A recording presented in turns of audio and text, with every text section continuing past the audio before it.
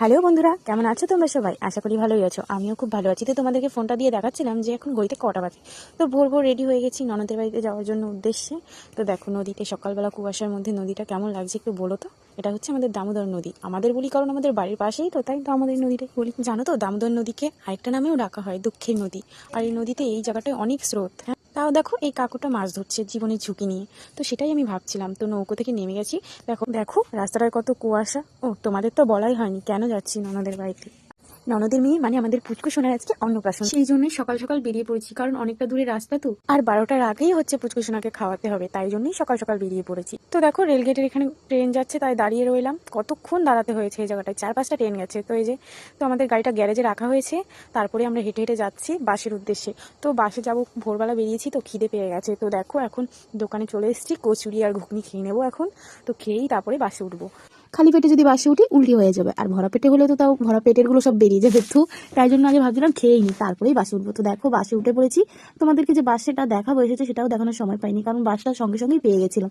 তাই ভাবলাম বাসে উঠে ভিডিও করি। তো এই দেখো আমার ছেলে দূরে আমার শ্বশুরের কোলেই বসে আছে। তো এই যে ও চলে আসলো। জানো তো ও বাস দেখলে খুব আনন্দ হয়, কিন্তু বাসে উঠে বলছে কি আমি ভয় পাই বলছিল, তাই ওকে একটু হাসানোর চেষ্টা করছিলাম। তো বাস থেকে নেমে গেছি। তো নামার পরে দেখো টোটো ধরতে হবে আবার। প্রথমে মোটরসাইকেল, তারপরে বাস, তারপরে আবার টোটো, তারপরে ওদের বাড়ি। তো দেখো আমার ছেলে খুব খিদেও পেয়ে গেছিল, তাই ওকে একটা আপেল দিয়ে দিলাম ওকে। তো চলে আসলাম ননদের বাড়িতে। এসেই আগে আমাদের পুচকু সোনাটাকে আমার ছেলে কোলে নেবে। দেখো নিজেকেই কে কোলে নেয়, ও আবার আরেকজনকে কোলে নিচ্ছে, ভালোই লাগলো। তো এটা হচ্ছে দাদা আর এটা হচ্ছে বোন। তো পুচকু সোনাকে আমি এসে একটু কোলে নিয়ে একটু আদর করে দিচ্ছি। তো পুচকু সোনাকে এখন ওর মামাও নেবে কোলে। দেখো কত আনন্দ সবার, কোলে নিচ্ছে বলে। তো দেখো আমি, আমার বর, আমার ছেলে, আমাদের পুচকু একসঙ্গে, কি ভালো লাগছে। দেখো আমার দিকে তাকিয়ে আছে, শুধু আমার দিকে আর ওর মামার দিকেই তাকিয়েছিল সারাক্ষণ। তো ওকে নিয়ে একটু আনন্দ ফুর্তি করছিলাম। তো ওকে বলছিলাম আমার ছেলেকে যে তোকে আর কোলে নেবো না। তো তাও খুশি বোনকে পেয়ে। ছোট বোন তো, দাদা দাদা তো বড়, তাই সব বোঝে। তো ভাই বোনের ভালোবাসাটা দেখো, দাদা এখন বোনকে হামি দিচ্ছে। কি সুন্দর একটা মুহূর্ত ক্যামেরাবন্দি হয়ে গেল। আমার ছেলে তো পুচকু সোনাকে নেওয়ার জন্য শুধু কান্না করছিল। তো দেখো ও কোলে নেওয়ার জন্য কি লাফালাফি করছে। তো এসে অনেকক্ষণ বসে টসে দেখো ঘুগনি মুড়ি দিয়ে দিল, তো খেয়ে নিচ্ছি। আর ওকে তো দেবে না, কারণ ও উপোস। তো দেখো আজকে ওদের নিয়মে নাকি অন্নপ্রাশনের দিন ওকে টাকলু করা হবে। তো যার যেটা নিয়ম, তো ওদের নিয়মটা তো ওদের পালন করতেই হবে। তাই দেখো পুচকু সোনাকে পুরো টাক করা হয়ে গেছে। তো আমি এখন ওকে স্নান করিয়ে দিচ্ছিলাম। আমি বলছিলাম দাও আমি স্নান করিয়ে দিই। স্নান করিয়ে দেখো জামা প্যান্ট পরিয়ে দিচ্ছি। তো পুচকু সোনা না কি সুন্দর পায়ের তরা, একজোড়া পায়ের তরা পেয়েছে। দেখো ছোট ছোট পায়ের তরাগুলো কি সুইট লাগছে না। তো ওকে অন্নপ্রাশনের জন্য রেডি করে দিচ্ছিলাম আমি। তো জামা প্যান্ট যেগুলো আমাদের বাড়ি থেকে নেওয়া হয়েছে সেগুলোই পরিয়ে দিলাম। তো এই বেলটা কি সুন্দর লাগছে দেখো, বেলটা পরিয়ে। তারপরে রজনীগন্ধার মালাটাও আমি পরিয়ে দেবো। এরপরেও পুরোপুরি কমপ্লিট, কিন্তু চন্দনটা দিতে পরে দিয়েছিলাম, তো সেটা ভিডিও করা হয়নি। তো এদের ওর সঙ্গে একটু নিয়ে নিলাম।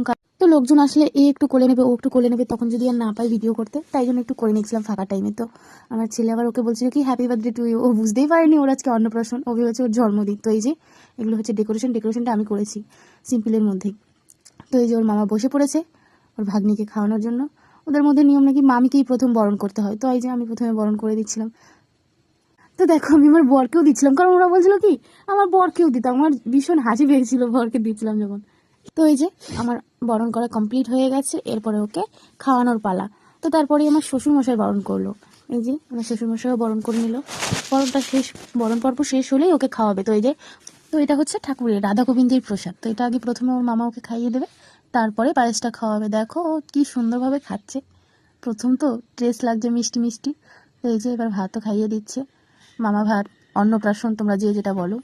তো এই যে কেউ বলে মুখে প্রসাদ, নানান রকম নাম। তো এই যে ওর গিফট হচ্ছে সোনার কানের, সেটাই আবার দেখো কি সুন্দরভাবে ধরেছে। তারপরে মামার স্পেশাল থালি খেয়ে নিচ্ছে ভালো মন্দগুলো আমাদেরকে না দিয়েই। তো জানো আমি রজনীগন্ধার ফুল খুব ভালোবাসি গন্ধটা। আর কে কোন ফুল ভালোবাসে একটু বলো তো। তো আজকের মতো ভিডিওটাই পর্যন্ত। বাই, ভালো লাগে লাইক কমেন্ট।